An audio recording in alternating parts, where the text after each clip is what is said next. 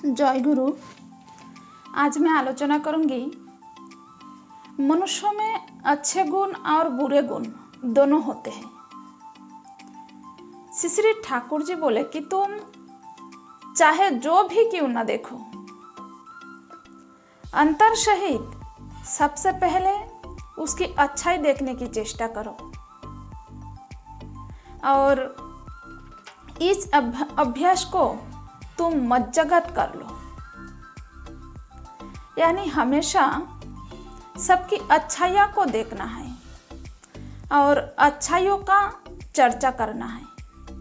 हमेशा बुराई देखने से हमारी दृष्टि से बुरे कार्य होते हैं। एक बार एक चर्चा के दौरान श्री पितृदेव ने कहा कि यदि कोई व्यक्ति एक बार कुछ गलती कर दिया हो तो मैं उसे कुछ नहीं कहूँगा।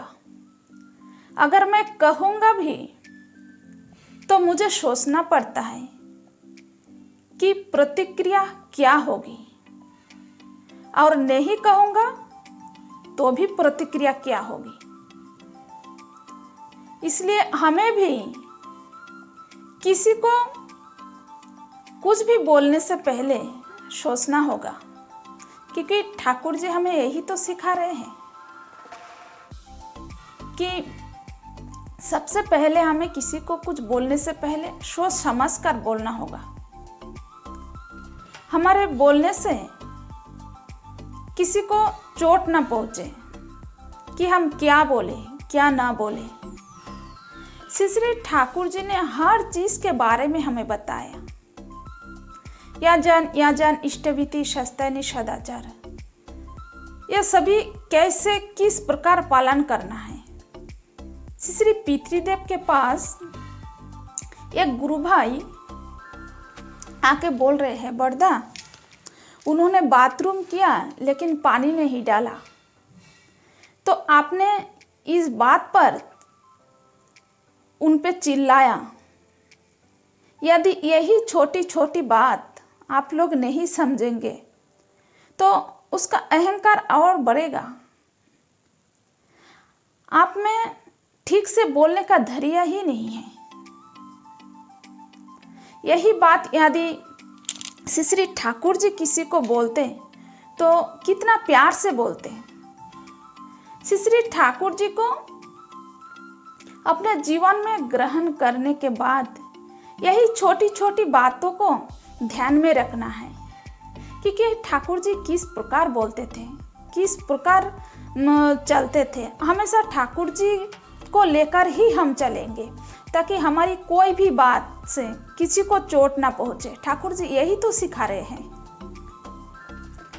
श्री पितृदेव बोल रहे हैं कि आपने उन्हें बताया, यदि आपको कहना ही है तो आपको धीरे धीरे श्री ठाकुर जी के सद्गुणों के बारे में या अन्य बातें सामने लानी होगी ताकि उसे यह समझ आ सके।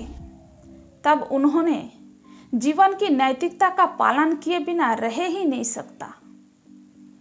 इस प्रकार से हमें दूसरों में यह स्थापित करने का अवसर मिलेगा कि हमें क्या अच्छा है, हम क्या अच्छा कर रहे हैं, ये भी हमें पता चलेगा और हमारी आदतें भी स्वाभाविक होते जाएगा। ऐसी हमारी बोलचाल हम इसलिए ठाकुर जी को पकड़ के हमारी बोलचाल चाल चलन इस प्रकार होनी चाहिए कि हमारी ठाकुर जी खुश हो जाए और कोई भी देखे तो वो बोल उठेंगे कि ये ठाकुर जी के लोग हैं। इस प्रकार से आचरण हमें करना है।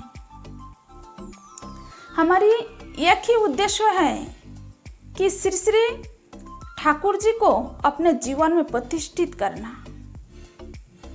जय गुरु।